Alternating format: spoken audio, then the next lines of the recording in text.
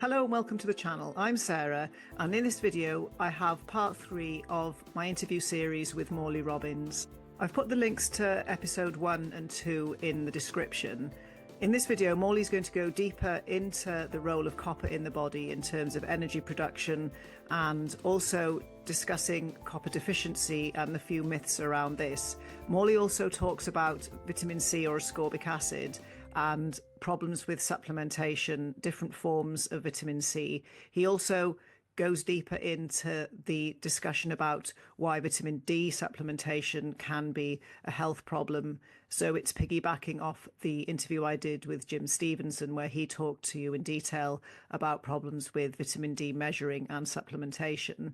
Morley also touches on HTMA or hair tissue mineral analysis, because stress levels can affect mineral balance, and people with different oxidation types have different needs for a variety of different minerals. He focuses on magnesium and copper here. If you want to learn more about minerals, iron overload, and also gold, if you check out my minerals course, there's now 4 bonus modules that come with it, and the link's in the description. I'll hand you over to Morley now. Welcome back to the channel, Morley. It's lovely to have you here. And for people who've been following our series, we've gone through the basics of iron and copper and mitochondria. Then we've gone through how to read an iron panel and a copper panel, a vitamin D and vitamin A, and the misconceptions people have been told about copper and vitamin A. So just to start this off, I think we would probably like to cover HTMA test, which is a hair test, and then also talk about, we call them different things, heavy metals, anti-minerals, because they all tie in very much to the copper and iron and vitamin A and vitamin D story. So do you want to take the floor, Morley? Sure. I'll do my best, and you can make sure that I'm staying on target with your questions or comments. When I first started this work, I began by doing the hair tissue mineral analysis, HTMA, and was fascinated by it. Probably for the first 2 years I did it, I was banging my head against the wall because it's very counterintuitive. And we're taught to look at a histogram, a little bar chart, and high means something and low means something, and sometimes it means just the opposite of what you think when you're doing a hair test. And my mentor at that time was Rick Malter, who was a PhD psychologist, probably the most patient man on the planet to put up with my incessant questions.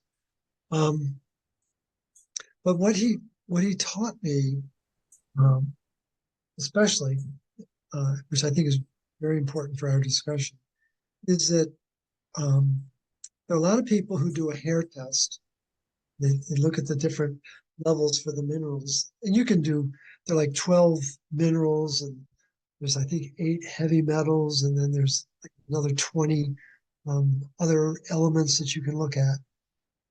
And it's a very dizzying array of information. And I think practitioners who are introduced to it and begin to use it get a little bit overwhelmed by it. But I think there are a lot of practitioners out there who think that you can use that information and read tea leaves, like you can predict someone's future based on this histogram versus that histogram. And what Dr. Malter did was make sure that I understood one thing. Said that he developed what's called the Malter mix, which was a wonderful addition to the process. But what it did was it normalized the results so that you were comparing the ideal calcium to the ideal magnesium to the ideal sodium to the ideal potassium. And where was this result from this hair test relative to its norm compared to another mineral against its norm? And what it does is it levels the playing field and takes all the sting out of trying to understand what the hair test means. And I can send you an example of that so you have it for your reference point. But if you don't have the Malter mix to interpret the hair test, you're just going to drive yourself crazy. But what Dr. Malter did was make sure that we understood that there's an ideal level for all of these minerals. That calcium should be ideally 42. That magnesium should ideally be at 6. That sodium ideally should be at 24. That potassium ideally should be at 10, and so forth. And when they're at their ideal, it's a series of histograms all at the same level, perfectly straight across. And I've done over 7,500 hair tests. And I want you to know I've seen one perfect hair test out of 7,500. And what will surprise you is to learn that that individual who had the perfect hair test was 95 years old. She grew up on a farm in North Dakota. When I met her, she still wore 2-inch spike heels, not nun heels, spike heels, and she had more energy than her 70-year-old daughter. And I begged her to do her hair test. And after this went on for a couple of weeks, and I finally said, look, I'll do it for free. And she said, you're on, young man. Because I was in my 50s at the time. She was in her 90s. And boy, she was a spitfire. She had perfect minerals straight across. Only seen it once. And so she lived in an era where there were still minerals in the food. There were still minerals in the soil that allowed minerals to be in the food, to be in the animal, to get into the human. And she was a vibrant example of that. So that's the first thing you need to understand, is that what the hair test is really showing you is how discordant, how dysregulated is the mineral expression in this person's body. Because when you look at the Malter mix and you see calcium's up here and magnesium's down here and sodium's up here and potassium's down here, and we can go on and on, you suddenly realize, oh my gosh, they're completely out of regulation. They are stressed out. And what's important for people to understand is that when we use that term, that colloquial term, oh, I'm feeling stressed out. I've got a deadline. I've had an argument with my spouse. I had a really bad meal last night. My kids are driving me crazy. All of those, there's thousands of different forms of stress. But what that's doing is it's creating oxidative stress inside the body. Because the minute your stomach tightens up, your physiology changes and you're not making energy in an optimal fashion. And that lack of optimal energy is going to throw off your metabolism. Doesn't that come into fast and slow oxidizers and oxidation state, which we're supposed to switch in between? And also things like cortisol will dictate mineral levels, and also thyroid. The hormones also play a role. So like you've said, with the stress, you can't just put loads of minerals in to fix the hair test. You've got to get rid of the thing that dysregulated the biochemistry. Right. And when I started this work, to your point, when I started this work, I was 100% Newtonian. We're missing a mineral, we're missing a vitamin. We just need to adjust that. Now, 15 years later, I'm 100% quantum. There's some emotional stressor, some emotional or a series of emotional stressors that are throwing off the minerals that are then throwing off the metabolism, that are then creating the symptoms that we go to the doctor. But we got to deal with the emotional dynamic. The foundation of it all begins with our perception of the problem. And if we're not able to let go of that perception, then it's just going to snowball into a more significant event. And yes, the fast versus the slow. It's taken me years to understand that. I wouldn't say that I've mastered it yet, but I think a good way to look at it is that a slow, again, the term is slow oxidizer, fast oxidizer. It has nothing to do with metabolism. It has everything to do with rusting. So a slow oxidizer rusts slowly. A fast oxidizer rusts quickly. It's important to understand that. And what is it that a fast oxidizer really needs? Well, they need more copper. We all need copper, but the fast oxidizer especially needs copper to keep that iron in check so they don't rust out. But what they're doing is they're burning through magnesium and calcium and tend to hold on to sodium and potassium, which is the exact opposite of a slow oxidizer. The slow oxidizer will burn through magnesium and calcium. They're going to hold on to magnesium and calcium, and they're going to burn through the sodium. It's the exact opposite of the fast. And important to recognize that. But what we've got to do is just remineralize the body, most of all. But also, just to backtrack to this, people have told me, again, for the listener who's a layperson, but lots of people have HTMA tests. They tell me, oh, I've got a slow metabolism because my HTMA test said so. So you're basically saying it's not measuring metabolism, it's measuring, and it's tied into heart rate variability as well, isn't it? Yes, it is. Absolutely is. And so in subsequent conversations with Rick Malter, what he pointed out to me is that he did hair tests for his grandmothers and many other older people. And what he found in that generation was mostly fast oxidizers. And now what we have is a sea of slow oxidizers. And what they've done is they've taken copper out of the mix. We've been fortified with iron since 1941. And that's caused us to have a slow oxidation. And it's just, again, we could go on for hours about it. I think that's really important, but doesn't it tie into the iron sugar axis and the copper fat axis? Absolutely does. Absolutely. But I think as a species, we're designed, our mitochondria, our little energy furnaces, are designed to burn fat, not sugar. And so there is this copper activates the process of burning fat. There's a definite axis between sugar and iron.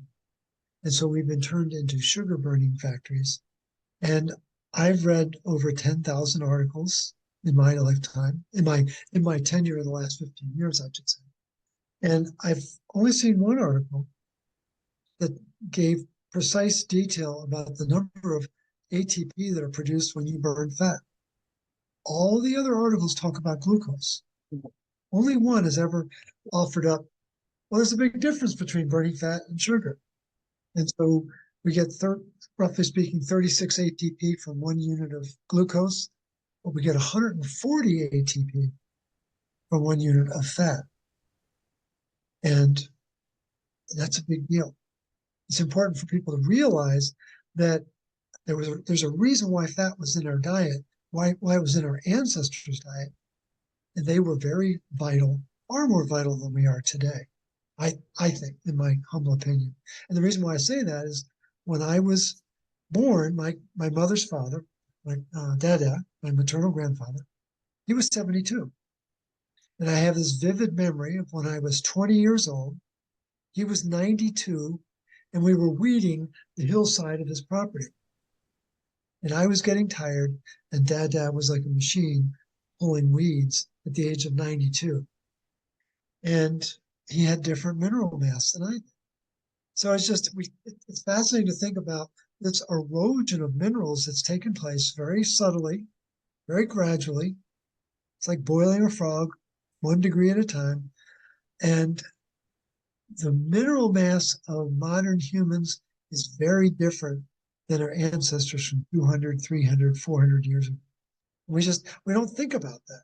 We never stop to say, could there be a difference inside? Because we look like our ancestors did on the outside, but I can assure you on the inside, we don't have the same integrity, same vitality, same virulence that our ancestors.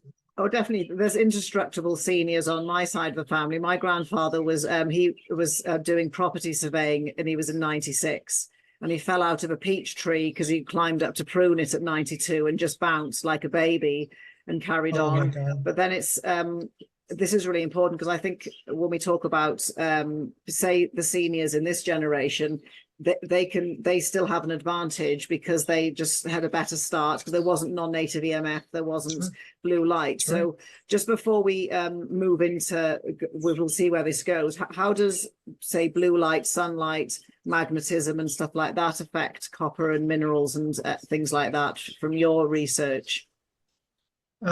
Great question. There's an undeniable relationship between the frequency, the nanometers frequency of red light and mercury. So it's about 605. And there's an undeniable relationship between iron, the frequency of iron, the vibrational frequency of iron, and blue light. And most people don't know that. I didn't know that. It's fascinating to think about. The two most complicated subjects on the planet, maybe they would be no issue for you with your background, your training. But for me, the two most challenging subjects are the physics of light and the biochemistry of lipids. And they bring me to my knees every time. But the thing is, we need to understand that there is in my world, is the biggest fight on planet Earth is between copper and iron and oxygen. And it goes back to the beginning of time, at least the beginning of life forms as we know it, aerobic life forms. And that fight continues to this day. And what I think makes copper stand out is it's the only element on planet Earth that can regulate both oxygen and iron at the same time and not create static. That's a big deal. And so that's why in my world, or maybe in our world, copper is so special. But the thing is, we do get exposure now to red light and blue light. Well, what's interesting, and I'm not going to go very deep on this, but I think you'll find it fascinating to know that copper has a relationship to tyrosinase, which is a enzyme that makes the pigment melanin. And blue light has a relationship with tyrosine hydroxylase, which is another enzyme that makes the pigment neuromelanin. And while they sound like they're the same, they're not. And so what the blue light does is it affects our suprachiasmatic nucleus of the hypothalamus, which is a very important part of our limbic region of our brain. And what's it in charge of? The clocks. All of the clocks in the body run out of the suprachiasmatic nucleus, SCN. And what happens if the SCN gets twisted? We lose our rhythm. We lose our orientation to time. We start to get up later. We start to stay up later. And it completely changes the metabolism in our body because the suprachiasmatic nucleus is getting burned up by the blue light. It's doing the same thing to our retina of our eyes. The blue light is affecting the whole dynamic and light processing in our eyes. You think it's an accident? Maybe. I doubt it, but I think it's by design. And so they could just as easily run these devices with red light, but they chose blue light for a reason, because it is completely discoordinate and creates dysregulation. That's no lie. That's what we're up against, is that they had this primal choice between red and blue. And isn't it interesting in the movie The Matrix? It's actually a documentary, it's not a movie. But isn't it interesting that the choice of pills is a red pill versus a blue pill? And the red pill brought truth, Neo. Isn't that interesting to think about? Absolutely. But also you mentioned an enzyme that is a tyrosinase, but also that makes dopamine as well. So if we're disrupting that enzyme with blue light, it's lowering our dopamine. So first of all, Absolutely. we are more compliant, and then we're more prone to addictions. And also Right. in our previous podcast, we talked about how but using the fat lie, the Ansel Keys story wanted to get rid of retinol and say it was bad, because obviously retinol and all of those pigments are damaged by blue light. And because people have been indoctrinated that the vitamin A is bad or doesn't matter, people don't register that blue light's the enemy of vitamin A as well, which is very important Right. for us. And let's dig in just a little bit, especially for your gearheads, to make sure they really understand. I think we've talked about it before, but just to reinforce it, there are enzymes called copper pumps that load copper into different enzymes. And they have funky initials, ATP7A and ATP7B. ATP7A is known as the Menkes pump, and 7B is known as the Wilson pump.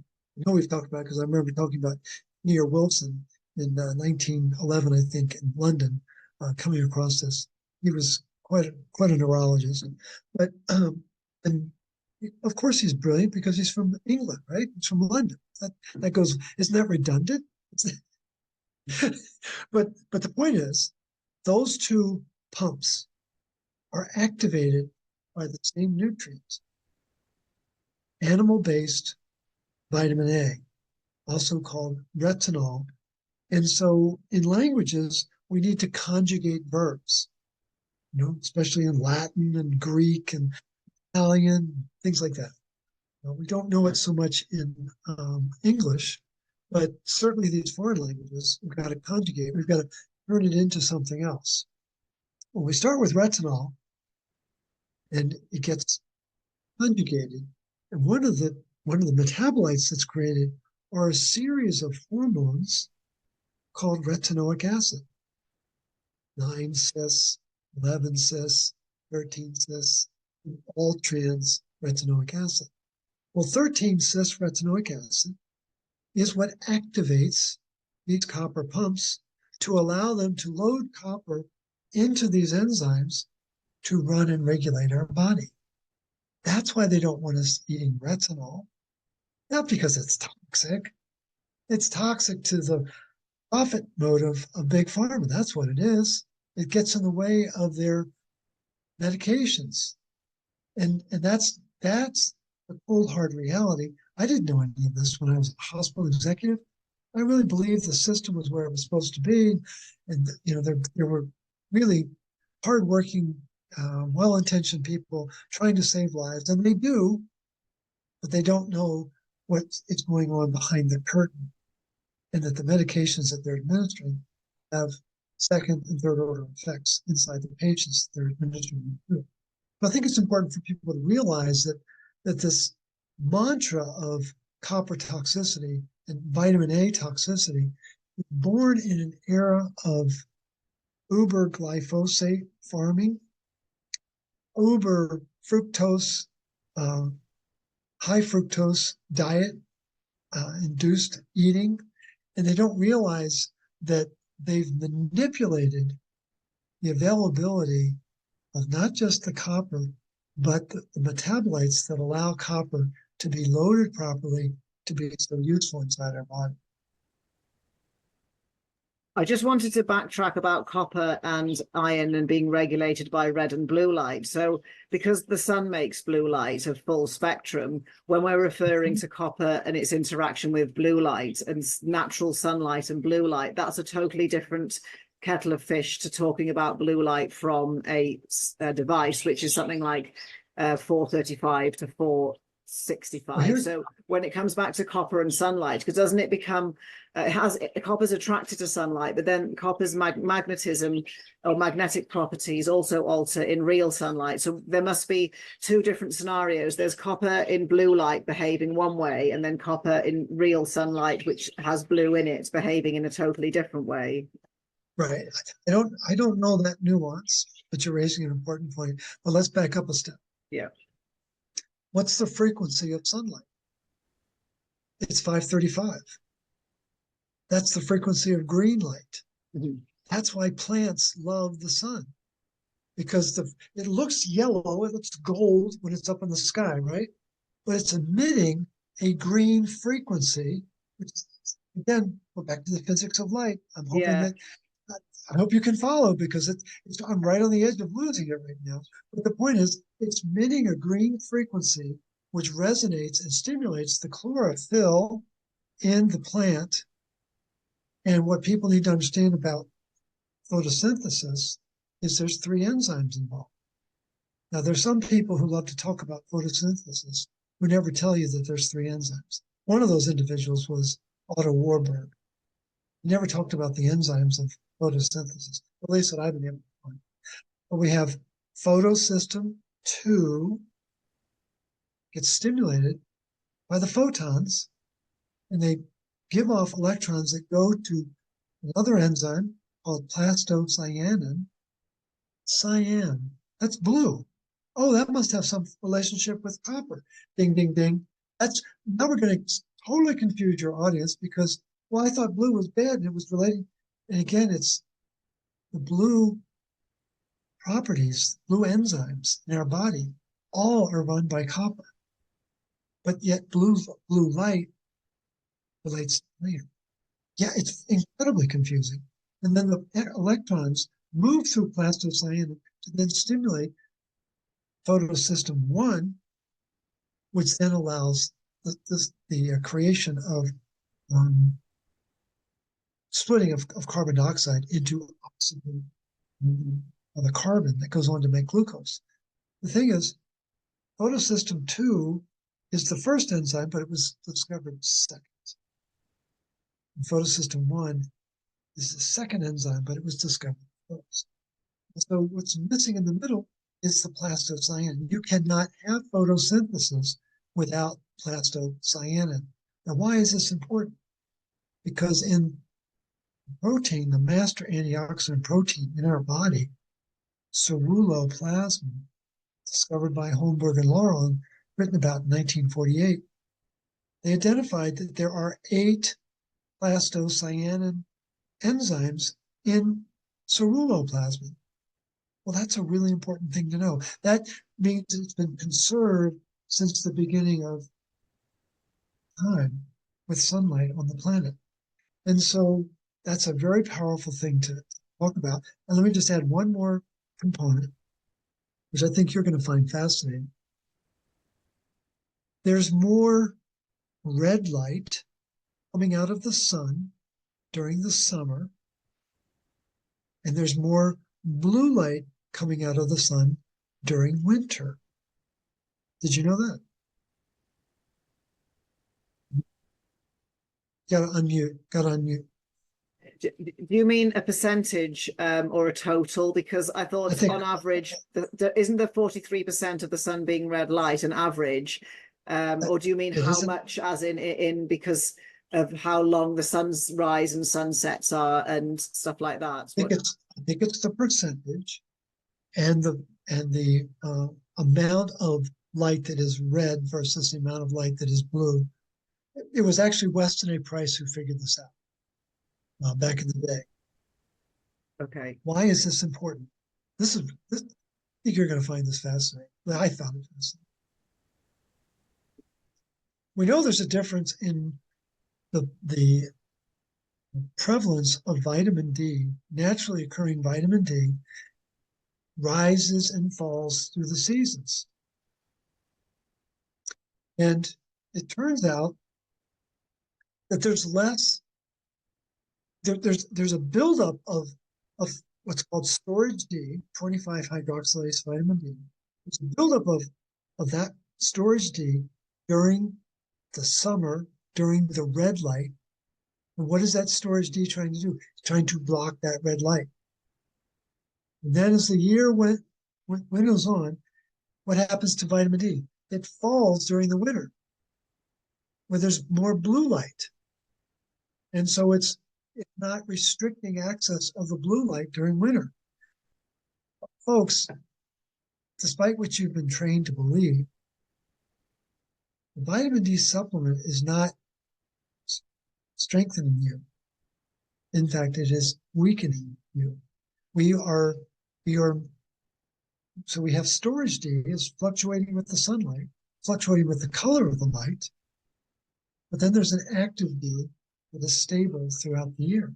Doesn't matter what the color of the light is. And this has been hidden from us since the beginning, because we've been taught to react to the fluctuations. Oh, you need more D because it's winter. Strengthen your immune system. It's not doing that. And so the storage component is fluctuating with the sunlight, but the active is stable because it's a very important hormone in our body. And what most people don't know is that in order for us to have a healthy immune system, it isn't just storage D.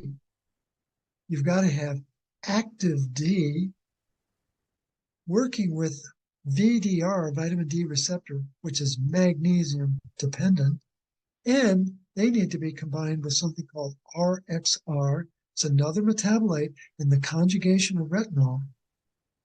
It's a nuclear receptor. When those three are together, that's what stimulates the immune system. Well, you can't get RXR if you're drowning in vitamin D because vitamin D blocks vitamin A uptake. One of the most important properties to understand that this artificial intake of vitamin D supplements is blocking your retinol uptake, preventing the activation of your immune system properly and naturally. And that's lost on most practitioners on the planet because they've been trained to think like circus bears. Oh, you just need more D. You need more D. Get more D. And it's not the solution by a stretch. So I just wanted to point that out, that there is a natural response to the red light and the blue light. It affects vitamin D, and most people aren't even aware that there's a difference. I'm just going to carry on with the vitamin D supplements because it's not only this that's a problem. First of all, in order to turn storage D, which is the supplement and the standard test, so people have got the wrong, they need the storage D, that's a separate test. That right. To turn all this vitamin D supplement into something active, you need magnesium. So it's going to deplete your magnesium, and also don't vitamin D supplements cause potassium loss in the kidney. So now Absolutely. We've got another two important minerals we're leaking, and and then there's obviously the next layer which you can go into because this also impacts copper. So I just wanted to emphasize to people there's a lot more to the problems of these supplements, and also there's another layer altogether that Morley and I were talking about off camera, but I'm starting a Rumble channel where guests can come on and talk about things which we think that is not going to be appropriate for YouTube, just so you know. So it's whatever we talk about, there's always more. So maybe do you want to just carry on and elaborate on the other ways in which these supplements are causing a problem for people? Yeah, so you've alluded to the low potassium, and when I did the hair test, this will reveal the low potassium is revealed in a hair test. You'll know within a nanosecond someone's taking vitamin D supplements because the potassium is far lower than it should be. And what's important to understand is that magnesium and potassium like to hang out inside the cell, and sodium and calcium like to hang out outside the cell. Now, there's a little tiny bit of sodium and potassium inside the cell, and there's a little tiny bit of magnesium and potassium outside the cell, but the concentrations are dramatically different between those four electrolytes. And what happens if it's called renal potassium wasting, was identified by Dr. John Ferris, professor of medicine at Yale Medical School, back in 1962.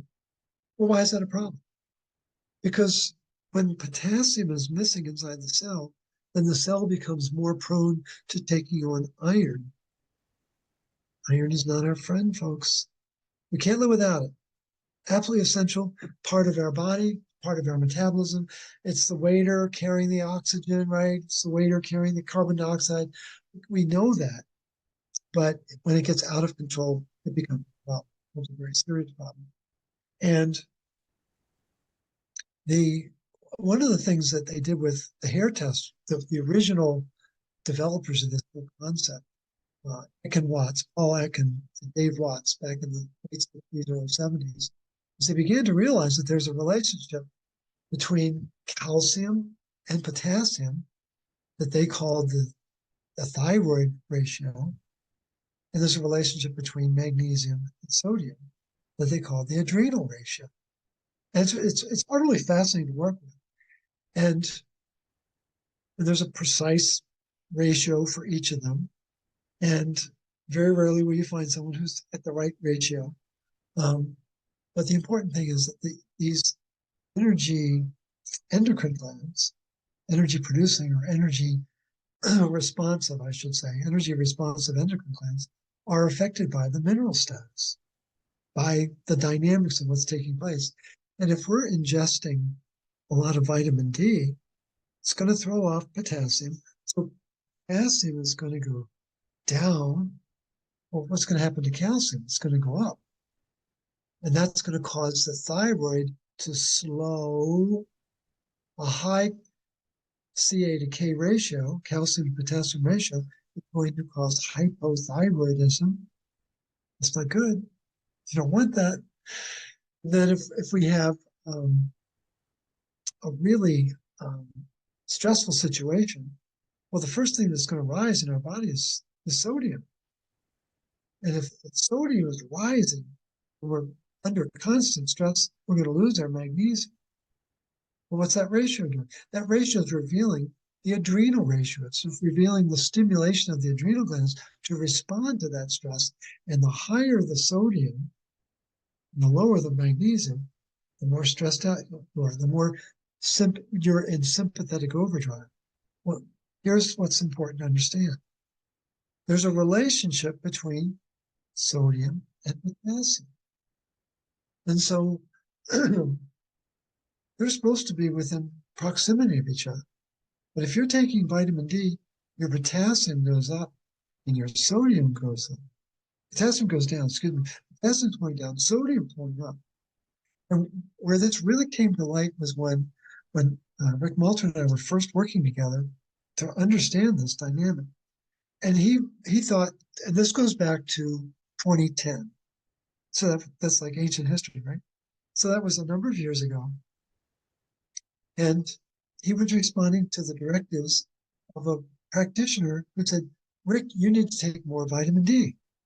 Now, again, you have to understand, Rick had been working with the hair test for almost 35 years at that time. And he was meticulous about keeping his sodium and potassium. The ratio is supposed to be 2.4 sodium to 1 potassium. And when he took vitamin D, what he got was a ratio of 24 to 1. There was a tenfold increase in sodium. And what does that do? That drives magnesium out of the tissue. And he could feel it. He absolutely felt it because he had been working with these minerals for so long. And that's when we began to realize there's more to the story with vitamin D. And I began to pick at it. And for those who really, really want to get into the weeds of it, there's a masterclass on the RCP website, rcp123.org. You got to pay for it. I think it's $99, but it's an hour and a half that will transform your belief that vitamin D is your friend and will introduce you to the dark side of vitamin D supplementation and what it's doing to alter our physiology. Now, most people don't know this, but the earheads, the people who really want to get to the know, they love that masterclass, which we did back in 2020. That was 4 years ago. It'll be 4 years ago in November this year. So it was a very provocative thing to talk about back then. especially as people were sucking down ascorbic acid, vitamin D, and zinc, thinking that they were preventing COVID. And what we revealed is that they were activating the perfect triad to kill copper in the body. And we've been kind of reeling from that ever since 2020. You actually read my mind. I was going to now say the other very popular supplements people take is vitamin C or ascorbic acid. And that, again, and also from a quantum perspective, we were talking about light and dark and black and white and bleaching. And most people who come across vitamin C cosmetically, you know, it can be used to lighten skin and it has a bleaching effect. So maybe if you want to talk about the ascorbic acid mythology from the supplement companies. I want to thank my sponsor, Lightwater Scientific, who helped me deliver free valuable information to you and also allow me to have great guests on this channel. Lightwater Scientific produce the purest and most deuterium-depleted water in the world. Depleting or lowering your deuterium has numerous health benefits, from better metabolic health, more energy, greater resilience, less brain fog, increased physical performance, enhanced healing, and healthier mitochondria. Deuterium is an isotope of hydrogen, also known as heavy water, because it's bigger and heavier than regular hydrogen. Even though deuterium makes up only 0.02% of hydrogen, it's found everywhere. Deuterium is a burden to your body because it interferes with the intricate chemical reactions that occur by slowing them down.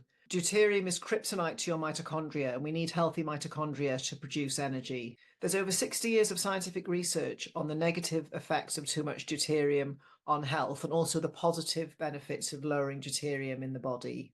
Lightwater deuterium-depleted water is 100% safe and non-toxic. In fact, it's the closest in structure to the metabolic water that your mitochondria produce.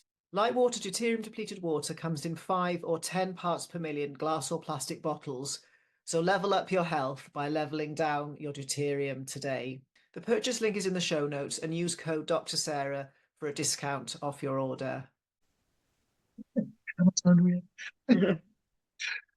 It's in my book. For those who haven't read my book, Cure Your Fatigue, there's a whole chapter on vitamin C and vitamin D, which will really get you going. And you'll get a kick out of this, Sarah. There was a guest writer who really wrote that book. I mean, he was taking my podcasts and the information that I was sending him, but he crafted the narrative. And that was 4 years ago when we were writing that book. And he met Linus Pauling. Oh, right, okay. He worshipped at the altar of Linus Pauling, and he said, Morley, I can't believe you're right about ascorbic acid. I mean, even though he wrote the chapter and he was very, very supportive of my position, he said, I never believed you until just in the last 4 months. And he read another author, I can't remember the author's name right now, but he read another author and he thought it through and he went, oh my God, Morley's right. because what ascorbic acid does, and they knew this in 1948 when Holmberg and Laurel first wrote about ceruloplasmin, sky blue blood. It's a really important protein in our body. They noted that ascorbic acid caused the protein to blow up, literally, and release the coppers, and then they're very quickly bound up by albumin. The idea of unbound copper is pure mythology. Please know that.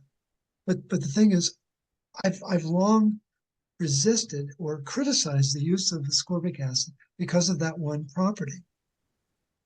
Well, what I learned this morning, just today, in preparation for this conversation with Sarah, and I never know where I'm going to go in the morning. I'm sort of guided, and I'm like this big wind sail. Okay, where do you want me to go today?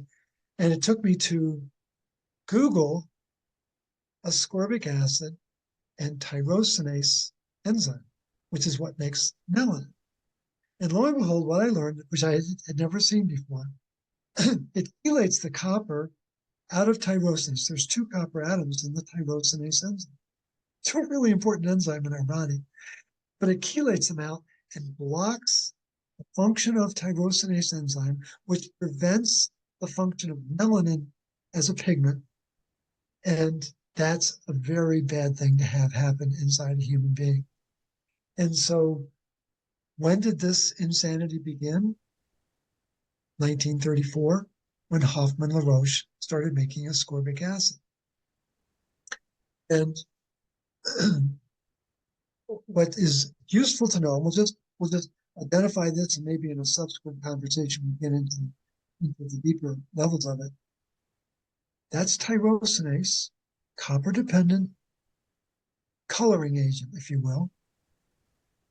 And when did they first discover tyrosinase? 1895. Two French scientists discovered it when they were looking at red mushrooms that turned black in the presence of oxygen. Again, there's a difference between black and dark. We'll come back to that at a future point. And so that's 1895. We've formerly known about tyrosinase as a pigment stimulating enzyme. 1854, here in the States, NIH, 2 hours north of where you are right now, Sarah, in a lab at NIH, 1964, they discovered another enzyme called tyrosine hydroxylase. Oh, and it's activated by iron, wink, wink. And it creates another pigment called neuromelanin. And what I was sharing with Sarah before we formally started this conversation, I think neuromelanin should actually be called pseudomelanin, because I think the melanin from tyrosinase is like butter. The melanin from the pseudomelanin is like margarine. And we're smart enough today in 2024 to know that there's a big difference in terms of chemical properties, metabolic properties between butter and margarine. And I think we're being affected by this margarine form. And I'll just leave it at that. That's the giant salting a future conversation, because I think you'll find it utterly fascinating. And what you're going to realize is that there's very few people on the planet who understand the distinction between these different pigments and what their metabolic disease-producing qualities are. It's absolutely amazing. I think the Gearhead listeners will find this very interesting because for whatever reason, we know a lot of people know about neuromelanin and we were led to believe it was something beneficial. But now, and I asked you, okay, if the body can make neuromelanin, it must do something. And you said, no, it's a response to all of this horrible environment. But like you said, we'll come back to this because it's sort of a whole topic. That's just reminded me of something else we talked about this morning, because we were talking about sunlight and how it helps regulate minerals. And back to melanin again, because you were saying that POMC, there's a step in that where copper's involved as well. So maybe you want to elaborate on that. POMC is an amazing aspect, amazing metabolite. There's a wonderful article, if you haven't read it, it's called POMC 60 Years Later. And I believe it involves the authors of Betty Eiper and Richard Maines and a number of other people up at UConn Medical Center. But it lays out the timeline of POMC. And I'm not sure that I could tell you what POMC stands for, but it's melanocyte Gordon, or it's helping to create melanocytes. That's basically what it's doing. Very, very important. But that hormone doesn't work unless it's activated. And I think we may have referenced this before, but there's 4,700 signaling peptides in our body. I exaggerate, it's actually 4,699. But most of them need to be activated.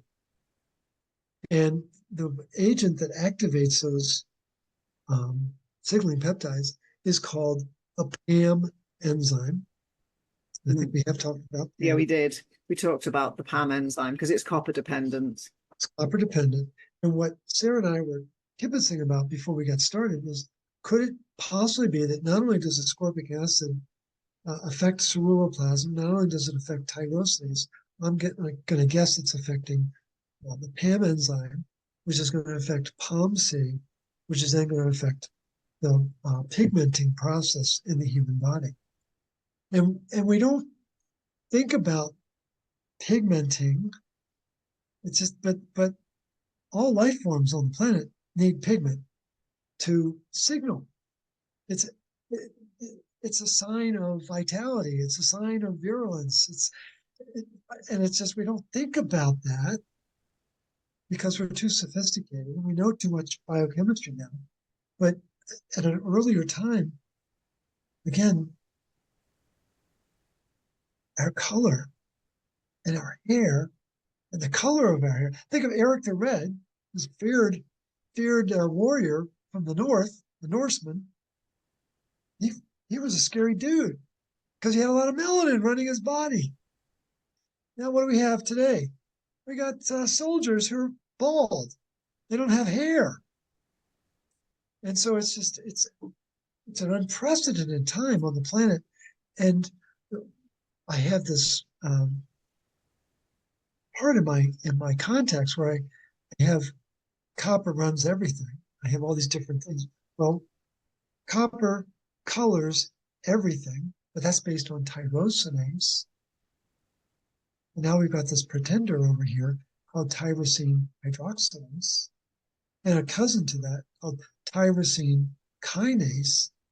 And it's a whole other world over here than what Mother Nature originally designed us for, which was tyrosinase.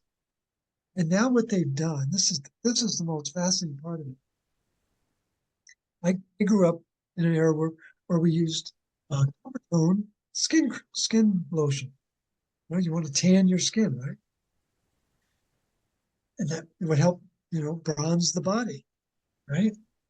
And so now what they've done is they've turned tyrosinase, which was the original Mother Nature pigment or enzyme to create pigment, all the way back to the beginning of time.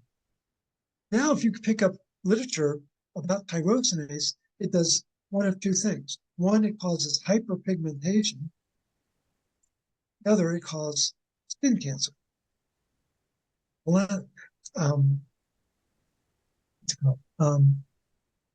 what's the formal name for skin cancer? Melanoma. Melanoma, thank you.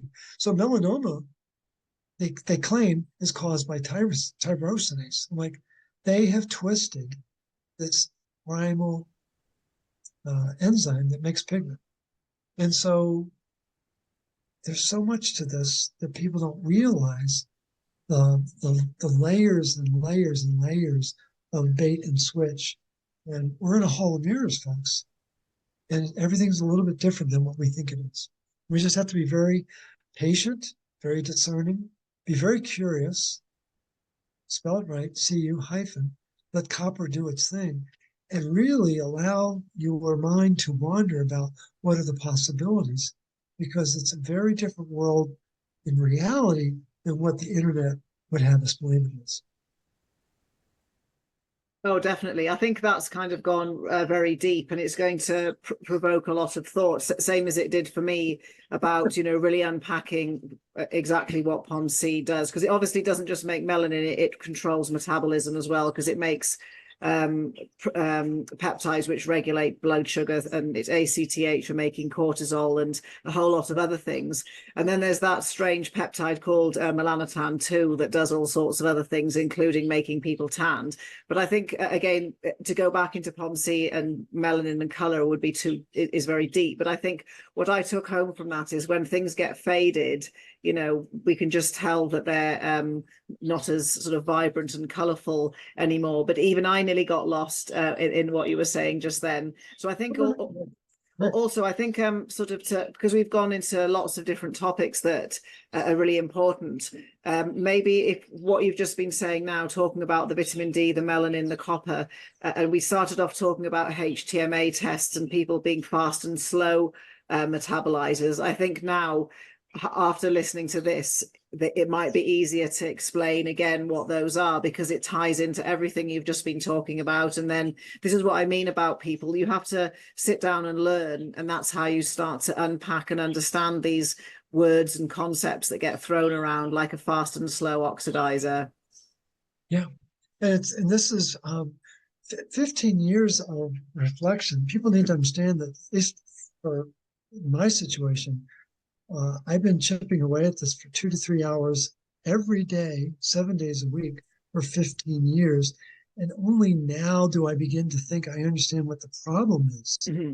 I don't know that I have the solutions. I think the root cause protocol is a wonderful foundation to work from. It'll give you a basis of stability, and it will awaken the blueprint that runs our body. Again, everything good is blue, but the blueprint, again, it's fascinating. We have a blueprint that runs on energy. We have a blue protein, ceruloplasmin, that is not just in our blood, it's in our mitochondria, it's in our cell. It's a very, very important protein.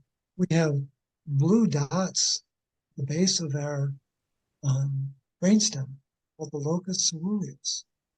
What's their job? Their job is to make noradrenaline, which syncs up with something called somatostatin, which we've not talked about. It's a very important peptide. But noradrenaline and somatostatin stop neuroinflammation. What is the world suffering from today? Rampant, unchecked neuroinflammation. Well, what they've done is, this may look blue, but it doesn't have the true color of blue because it's not being made blue by tyrosine. I think that ties into the purple spleen we talked about last time, that the spleen's meant to be purple, because that's sort of a variant of blue, a mixture. And then now you're saying about these important nuclei, they're supposed to be blue, not pale blue or faded or purple or anything like that. They have to be blue. And that's back to this idea that these color centers in the body are really important. Before, I'm going to ask you about different valencies of copper and iron, but just to kind of pack up, just to sort of, again, for people, because it takes a lot of time for people to get their heads around the HTMA and the fast and slow oxidizer. So just to clarify again, if the result comes back as a fast oxidizer or a slow oxidizer, what should people really be doing based on what you've talked about? Because you've said, would you just say get off your supplements to start with and retest? Right. Again, I got lost up in that world for about 5 years, almost 7 years. Oh, we got to treat the fast different than the slow. No, we don't. No, it's like, well, you're left. I'm left-handed. You write with your left hand or your right hand? Right hand. Okay. Does your diet need to be different than mine because you're right-handed and I'm left-handed? No. That's all fast and slow is. It's basically left-handed, right-handed. And there's a relationship to minerals. I get that. Don't let that become a distraction. What people need to do is they need to remineralize. They need to, and within the root cause protocol, there's a series of stops. Stop doing this, a series of starts. Start doing this. You want to feel better? Just do the stops. Stop taking vitamin D, ascorbic acid, zinc, iron supplements, calcium, one-a-days. We could go on, but there's 12 of them. You want to feel even better, more better, start doing the starts. They're in phases. And we really focus on remineralizing, supporting the adrenal glands, getting these nutrient-dense foods like liver back into your diet, and begin to introduce real fat into the diet. And I think we're in an era now where we need to have supplemental copper. I developed one, but it was because I understood what COVID was all about 2 months into the game. So it's just, we need, as much as we want to have real food drive our nutrients, the farming system is working against us. So the fast versus the slow, it's very entertaining. It's really captivating, but it's a distraction. We need to stop doing what we're being told to do on the internet. And we've got to start doing what Mother Nature wanted us to do all along. And that's really what the basis of the RCT is. And Sarah, you may have variants on that. I think we're very much aligned in terms of the importance Definitely. of a nutrient-dense diet, an ancestral diet. And so we just got to get people back to those basics. Oh, absolutely. Because also, I come across people who I know are doing a lot of the light stuff. They're going outside more, and still things are not working as they should. And I think what you've told me today, that sort of pieced, it's combined your stuff with a quantum approach. And also, I think I was telling you earlier when I was doing some research on mercury and aluminum or aluminium that the biggest source of mercury and heavy metals is processed food, and that's not just McDonald's and Twinkies. It's like anything that's a jar, because it's coming from the tap. It's the tap water that's got these metals in, and anything where they've just not bothered to clean the water and then made food for you. So even just something in a jar, or other things that look like they're clean or healthy that have been processed in a factory, because with these heavy metals, without them we couldn't sustain civilization. They're all catalysts. They're important for the sort of industry, for construction, for electronics, for, unfortunately, munitions. So these heavy metals are not just this pollution, it's just there's become a problem, and now it's ended up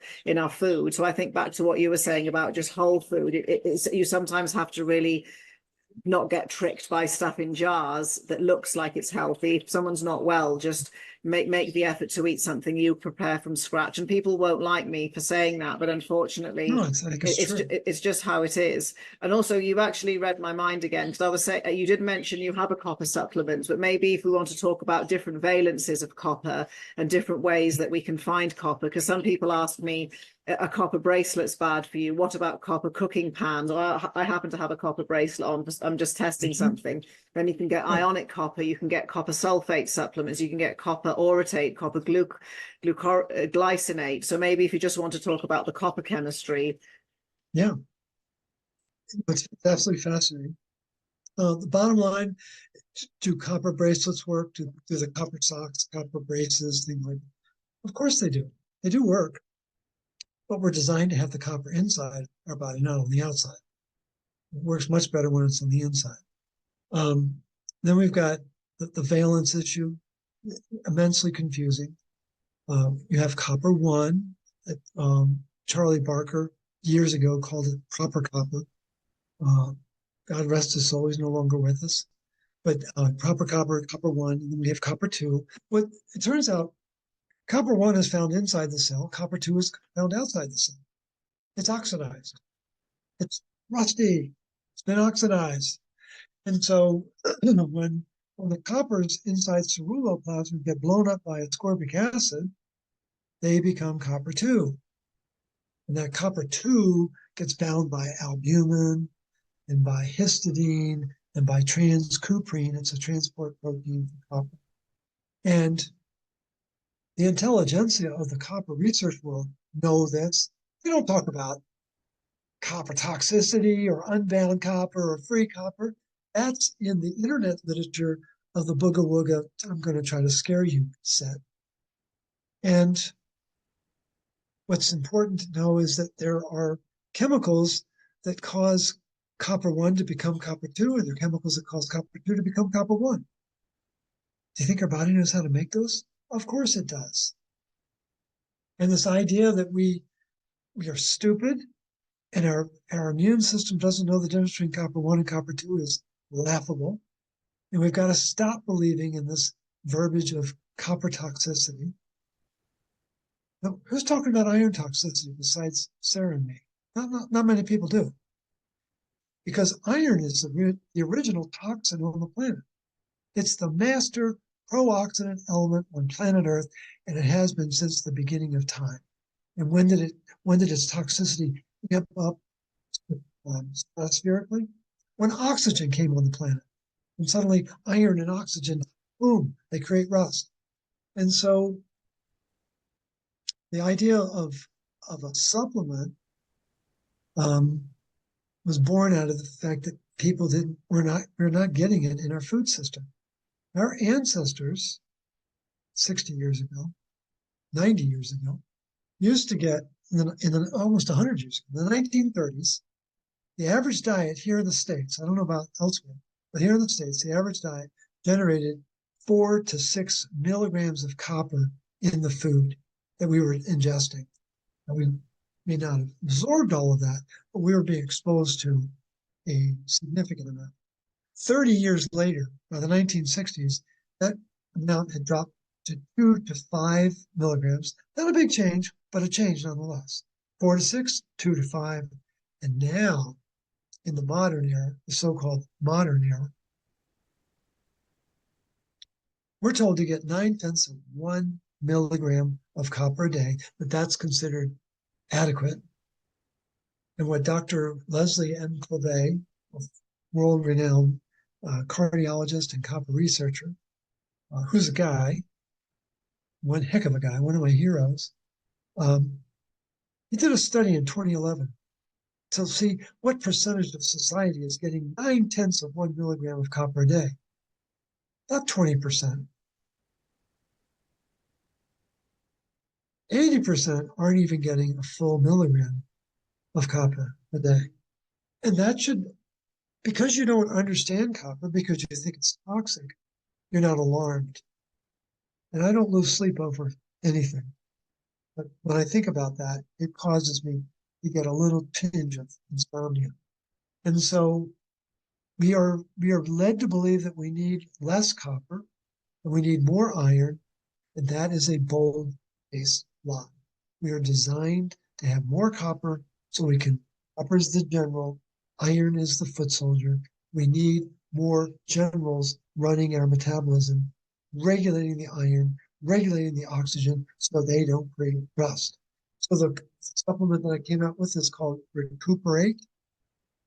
That's supposed to reveal my unending wit. Recuperate. And so it's made with desiccated beef liver, with spirulina, turmeric, and copper bisglycinate. And the interesting properties about copper bisglycinate is it turns the copper into copper zero. It makes it immediately accessible to the physiology. And so there's real intent and design and engineering in that supplement. And what's very sobering, I was communicating with a client and they wanted to know where can I buy the Recuperate now? Because you can get it from Formula IQ, a company based in really in your backyard where you are right now, Sarah. They're in the Atlanta area. But they wanted to get it now. So I said, well, go to Amazon. And so I went to Amazon to try to find the link. And unfortunately, Amazon was sold out. That's a good problem to have, I suppose. They were sold out. Then I was introduced to 50 different products out there, 50 different copper products. And I was reflecting to myself, OMG, I'm the guy that created the copper market 10 years ago. And now there's 50 choices out there. That's a good thing. A rising tide raises all boats. I'm thrilled that people have choice, but you also need to be thoughtful about those choices.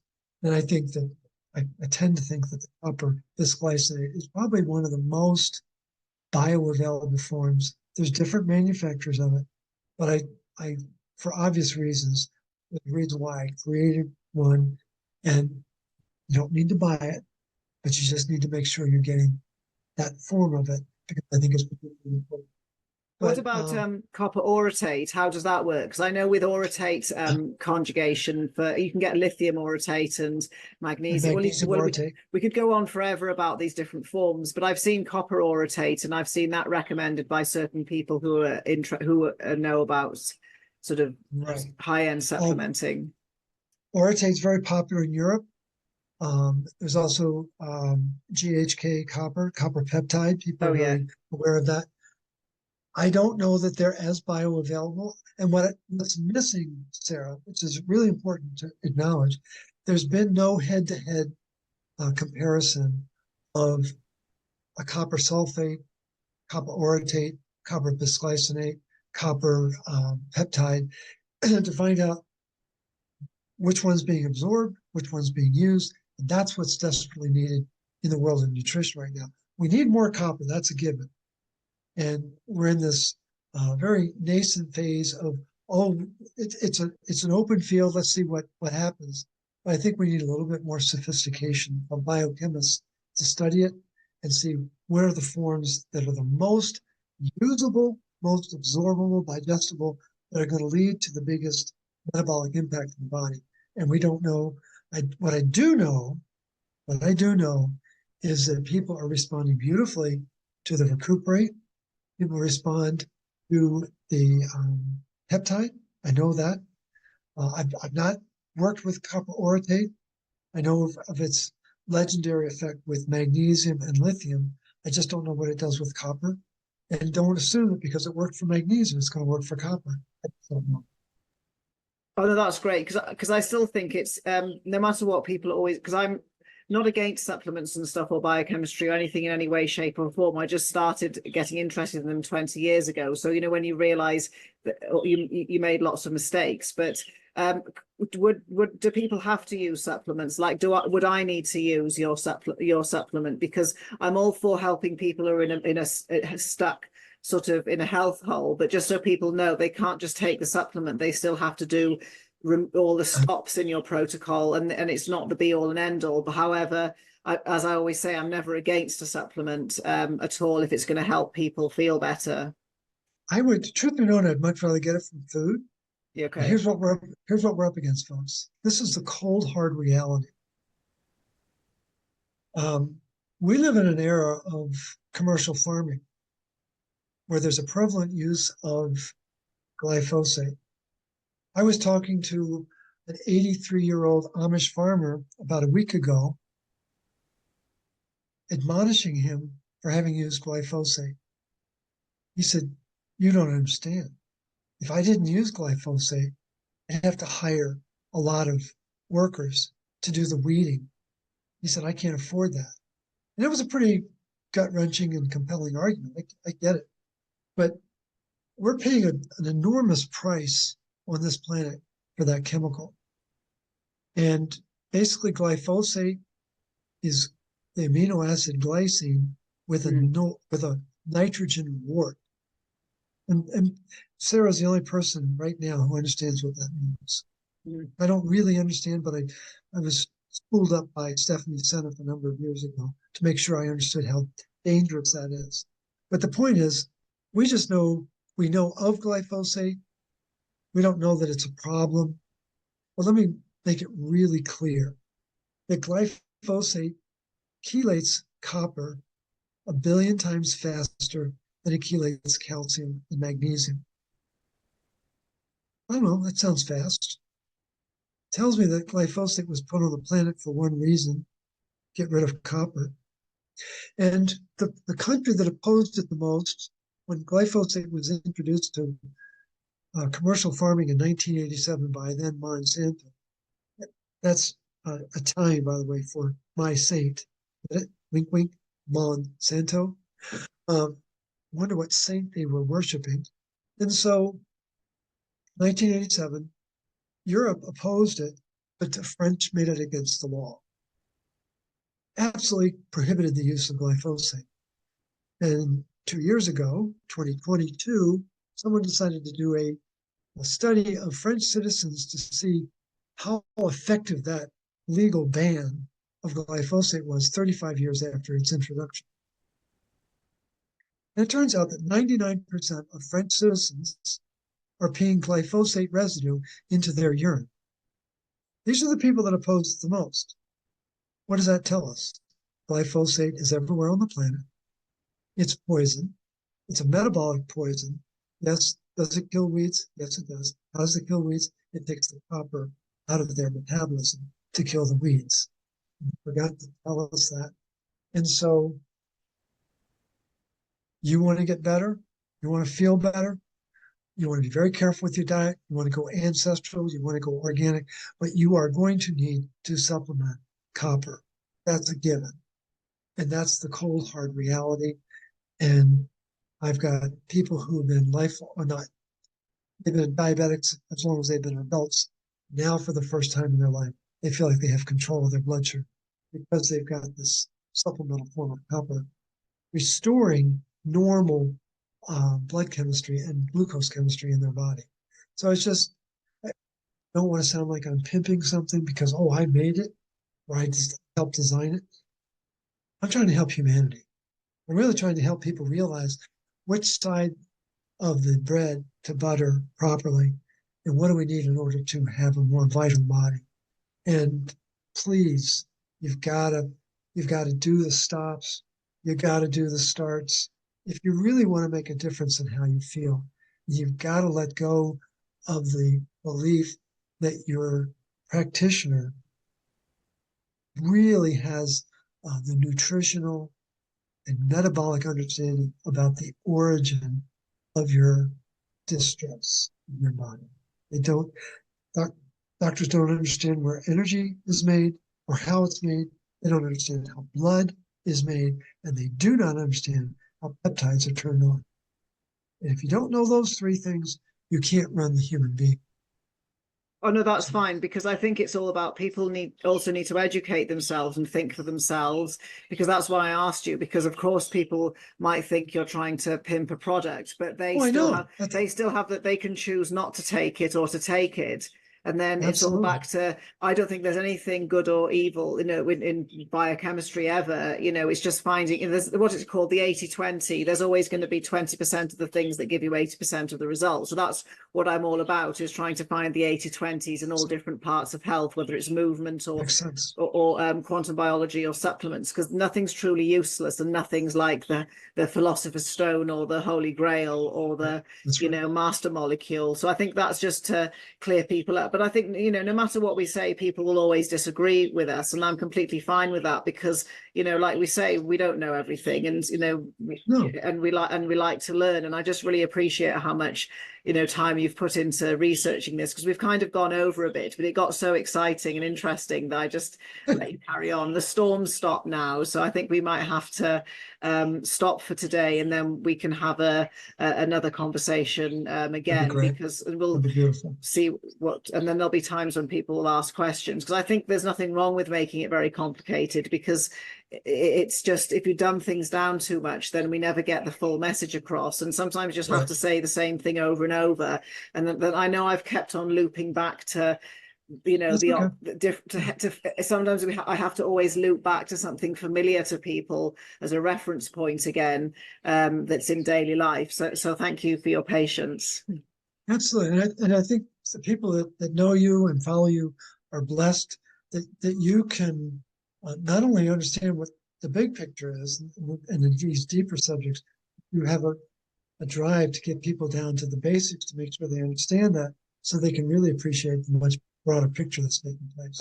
Oh, exactly. Like I say, it's like there's, I'm sure I'll still do things wrong and be wrong, but I'll say, that's what I thought 3 years ago. But since, testing things or reading or talking to people, I no longer think this. It's basically, if you try and give people something to the best of your current knowledge and ability at the time, they just have to accept that as people get older and hopefully more wise, we just learn as we go, sadly based on mistakes. But no matter what, I always get people who are, I know they're doing what they can and what they should do, and things are still not working.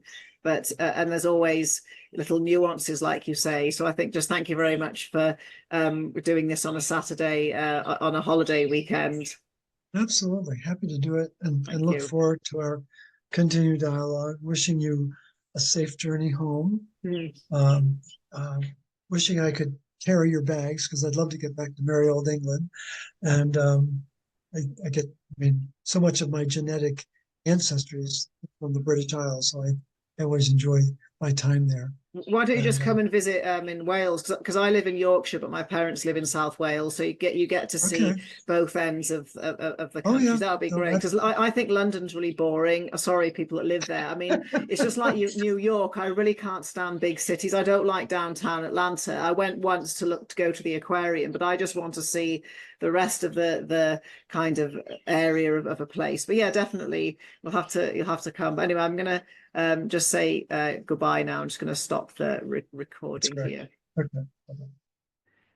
Thank you very much for watching. I hope you found this useful and interesting. Part 4 of the interview with Morley hasn't been done yet, but it's been planned. And we're going to talk more in depth about hair tissue mineral analysis, but also Morley's going to unveil some of the myths around copper toxicity, because there's a lot that you might hear on the internet and it's very easy to get confused. So that's what part 4 is going to be all about. If you want to ask me questions or go in depth in some of these topics on this channel, or just your own general health or understanding quantum biology and some aspects of biophysics that are important for all of us, then if you check out my monthly coaching group, and we have a live Zoom once a week as well as a forum. So there's plenty of opportunities to ask questions and further your knowledge.